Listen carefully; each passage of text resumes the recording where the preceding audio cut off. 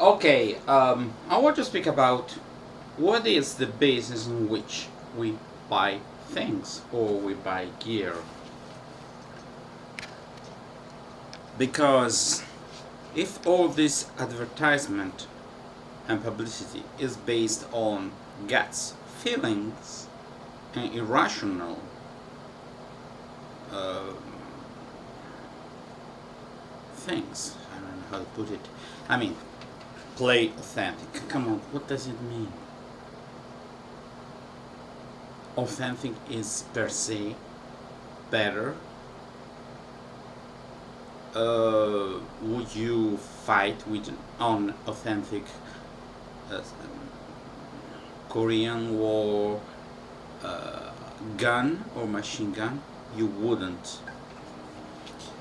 So when it comes to musical instruments, there is a classic take of things. I mean, if I play a trumpet, more or less the trumpet we play nowadays technically is the same of middle 19th century. Yes, there have been minor changes, but basically it's like the guitar. A modern classical guitar, for the most part, is the same. Should we talk about violins, the only one who tried to change the design has been an Italian recently from Tuscany, and he was attacked, was shot full of holes just because he tried to innovate.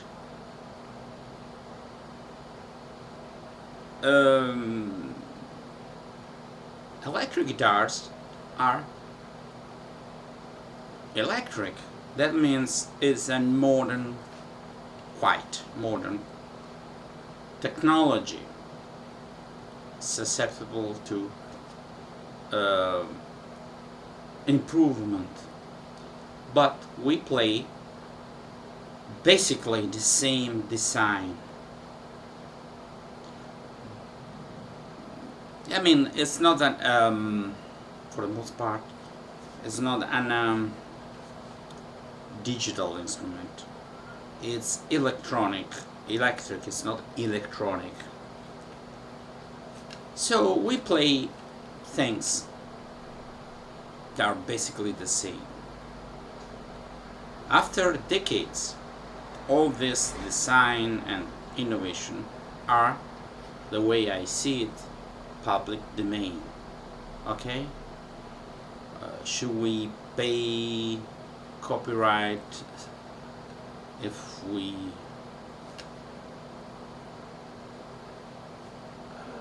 I mean, even transistors and other things are public domain. After a while, everything becomes public domain. Oh shoot! The new trend, even neoliberalism, is to copyright everything forever, and that is seriously disturbing. And that is what, if you want to imagine what if things don't change in the future is going to happen, is they're going to copyright everything. Water is not public. We'll pay in time. They'll put a tax on air. Yes, we'll keep air clean. We try to keep air clean. Just breathe air. So, oh God, you show my logo on the guitar. It's my logo. Yes, but what if I see your logo? Your logo is your advertisement. I mean, they make us pay for their advertising. It's completely insane. People should buy things according to technical data. Okay? After a while, the shape, come on. Who cares about the shape? Unless it's a very weird shape. Okay, and I think that most people don't go for V, X, Z, Z, whatever. a guitar more or less. It's an upper bout, a lower bout, and even electric guitars can have a cutaway, which is and you should not copyright, because basically it's a thing that useful to play. You cannot copyright shoes, you cannot copyright shoelaces. There are some things that are public domain. So all this hullabaloo about Gibson trying to be the be all and all of capitalism, where you put a tax on a guitar that you already sold. I'm on TV. Okay, this guitar has an Echo Italian brand logo type. What the fuck should I pay if I don't show you? I mean, this is not a product. This is not a TV show. It's some letters. It is some letters. You're not in time. Okay, I want to have a guitar with the same letter I see on the computer. Standard nondescript letters. Not a logo anymore. No logo. There was a book called No Logo. Okay? Fuck the logo. The logo basically is worth nothing. Okay? The only good thing about logo is signatures are used to recognize the authenticity of something. Guitars have something inside. This a paper thing, and for electric guitars you have a serial number or something like this. So people should buy things according to all the data about the pods, all the data about output, and other more technical things about the magnets, the pickups, ratio here. And when it comes to Gibson,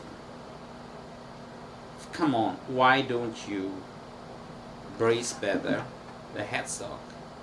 It's unacceptable because it's original. They changed it.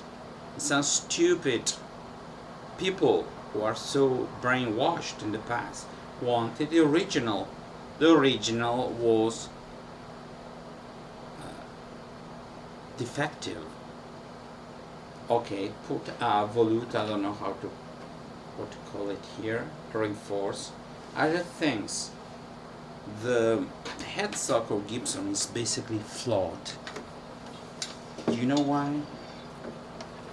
Because strings should go as straight as possible. This less than 400 euros Bouzouki guitar as the most effective headstock there should be on most guitars.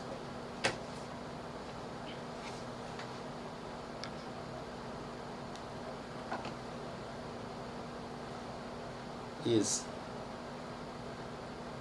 EPCs from Portugal, and you see, if Gibson had this headstock instead of having this strange thing, you wouldn't have problem with intonation, and if you have the reinforcement here, you won't have those problems with headstock beheading. It's not that difficult. No They want to stand on their reputation. Only Gibson is good enough. Yeah, I mean, who says that? Gibson? I beg to differ. I think that some people find PRS good enough. Some other people find Fender good enough. And yeah, like, I mean, Gibson for the most part has a thick sound, a lot of luthery, a lot of beauty. I mean, they are objectively, for the most part, instruments that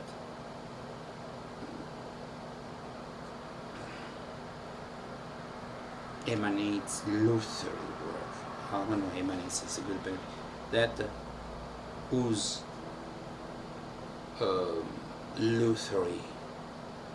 Yeah. Do you buy an instrument to show off? Do you buy it for beauty, or do you buy it for practicality? Practicality is first and foremost. If we can have an added value of beauty, is good, but let people have beauty. People who want to spend their money. You have two guitars, they have the same sound, the same feel. One is beautiful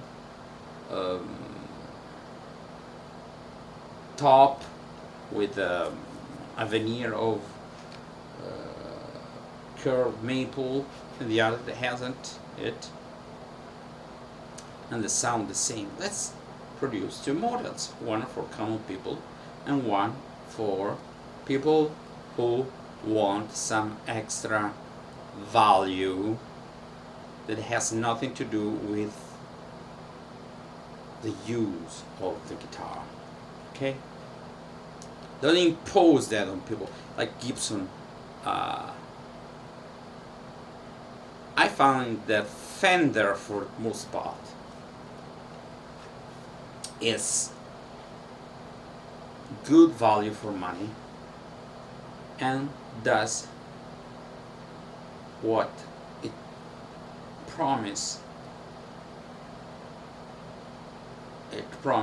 It's nothing. I mean, it's another take on what the guitar, electric guitar, should be. The only reason Gibson is more an iconic, because he's older than Fender, it doesn't make necessarily better. It's an American thing. The America is relatively new, not that new, but relatively as close to Europe. So everything that is older is so much better.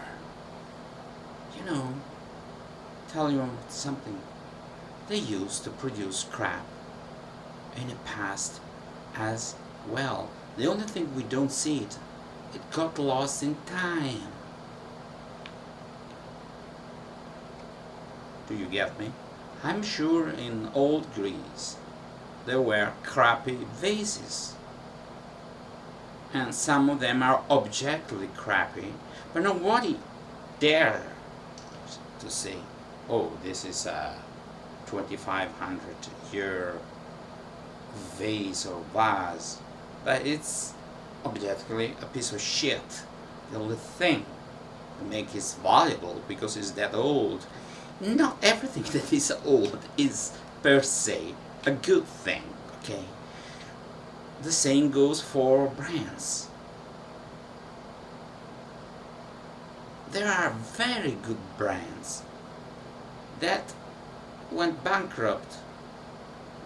I have a Walden guitar, which is not Martin, not Taylor. It's a very good value for money. And for that money, you cannot get the same quality. I like Seagull. I haven't played, but I have heard it. So all this aura around Gibson is like United States. I'm sorry if some American gets offended, but I was there. That's one of the reasons I speak English.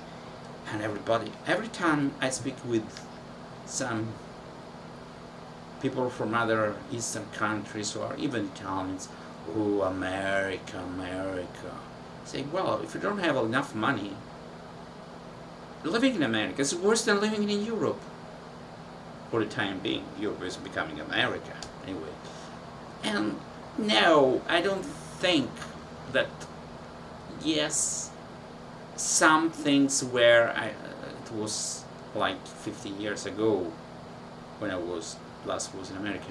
I mean, better in America, but all in all, if you are not in the money, if you have a problem, if you want a shelter, if you're a foreigner and you need food, America's not, and you have health problems, it's not the place to be.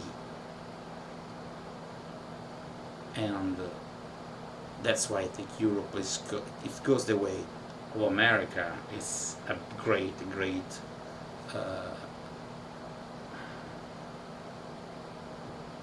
relapse. I mean, we got some rights, healthcare and other things, but that's another kettle of fish. Speaking, I'm quite rational. The guitar market is saturated. I mean, that's I know it's a consumeristic society, but how many guitars can you sell to people in a period where guitar is first and foremost in music as it was in the past? Okay?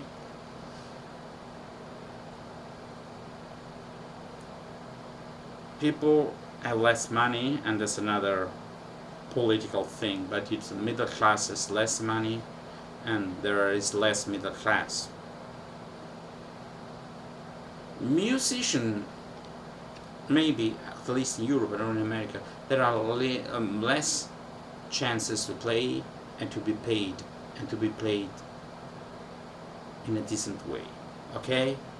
So there is less money for extra instruments. Once you have 2 or 3 guitars, speaking about electrics, you have a Fender, whatever, Fenderish instrument, like a Telecaster, Stratocaster. You have a Gibson instrument and a third instrument, maybe a jazz guitar, whatever. It's more than enough. And I wouldn't spend 3,000 euros only to have Gibson here. There are some brands that are good enough, in spite of the motto only Gibson is good enough. No. I mean, there are many other brands that produces some instruments that are competitive, fair priced, and that's what Gibson doesn't want to be like others. Gibson won. First of all, I hear a lot of complaint about quality control. I mean, come on. You are the best in the world. You pretend to be. You pretend is like you assert you are, but you're not. You want to impose your choices on the customers. And now last year you changed your tune and you had another lapse with this huge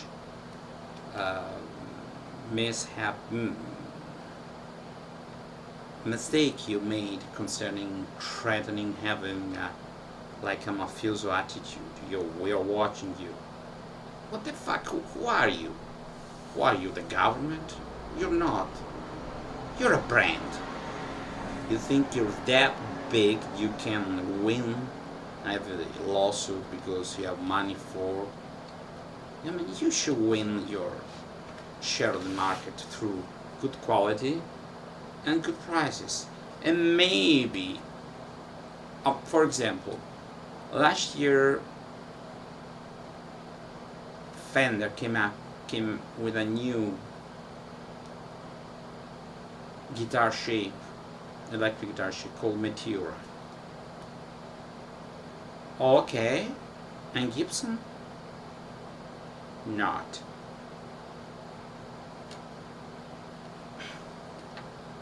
I mean, I see more all this V and Explorer. They seem to be just a stunt. I don't know, but I think that what is the biggest difference? I mean, after a while, this shape, instead of being new, becomes ridiculous.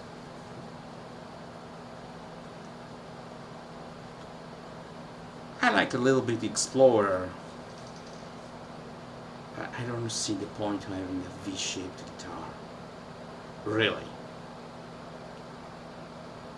Fender, the way I is as made up to now,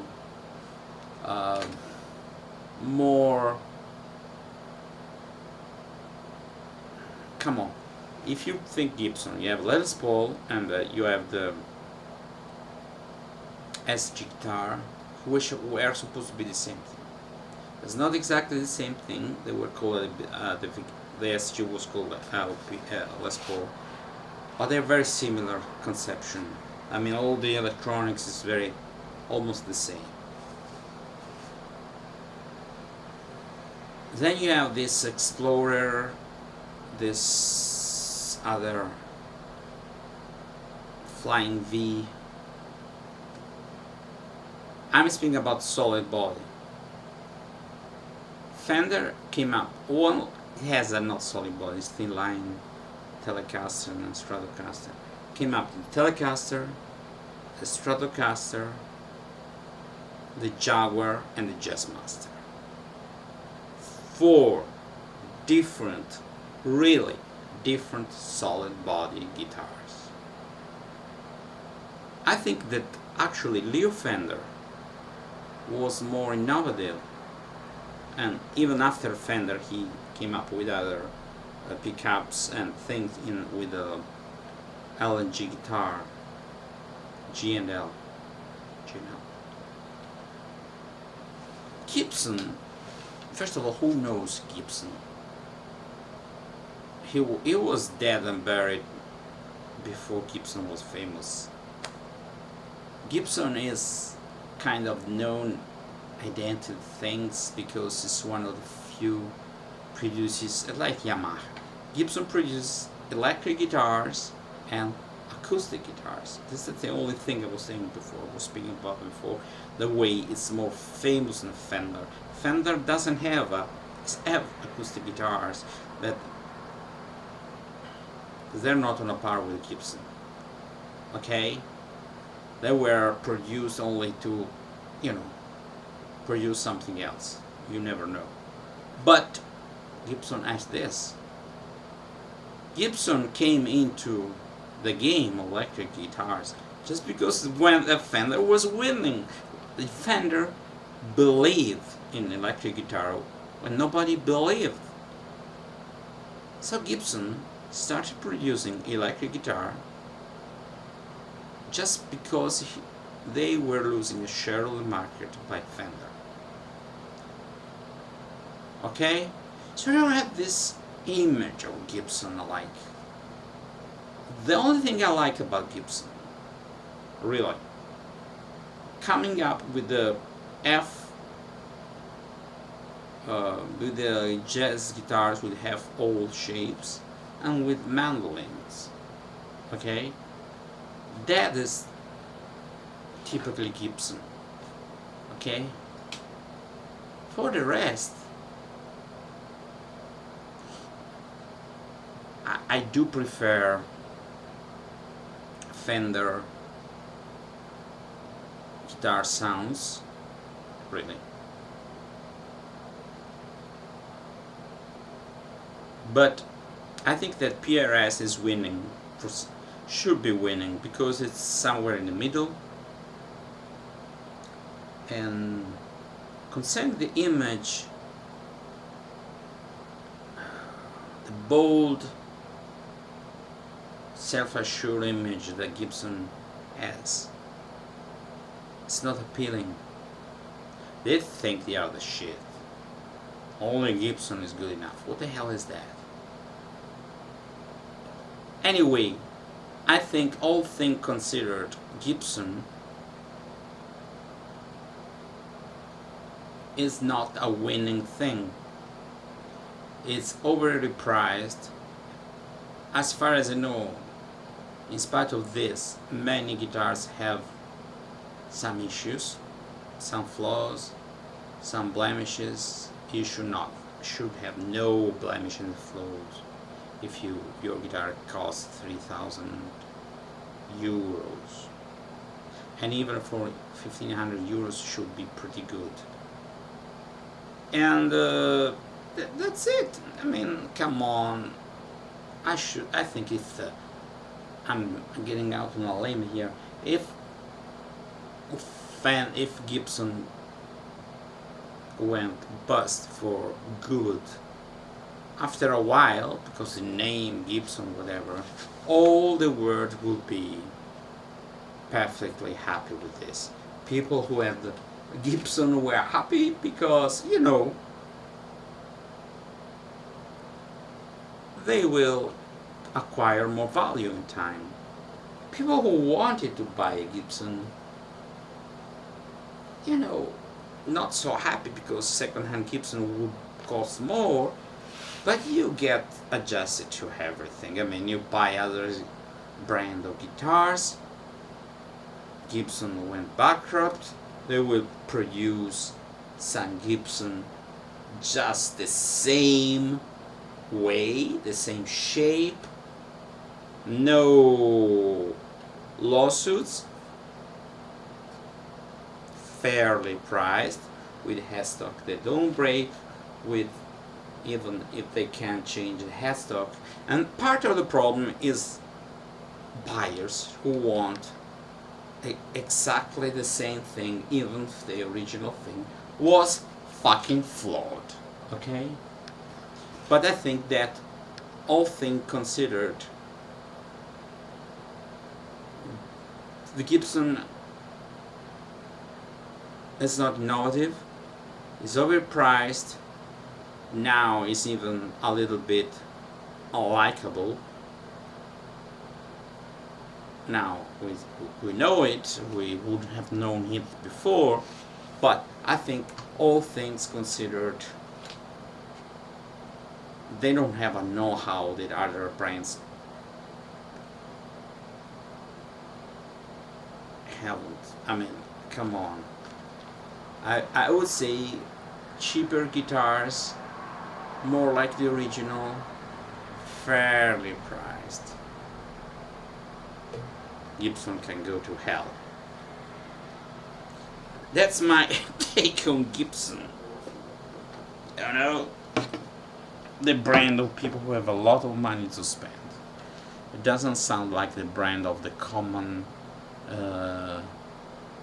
working class or working musician. It's a status symbol. I have a Gibson.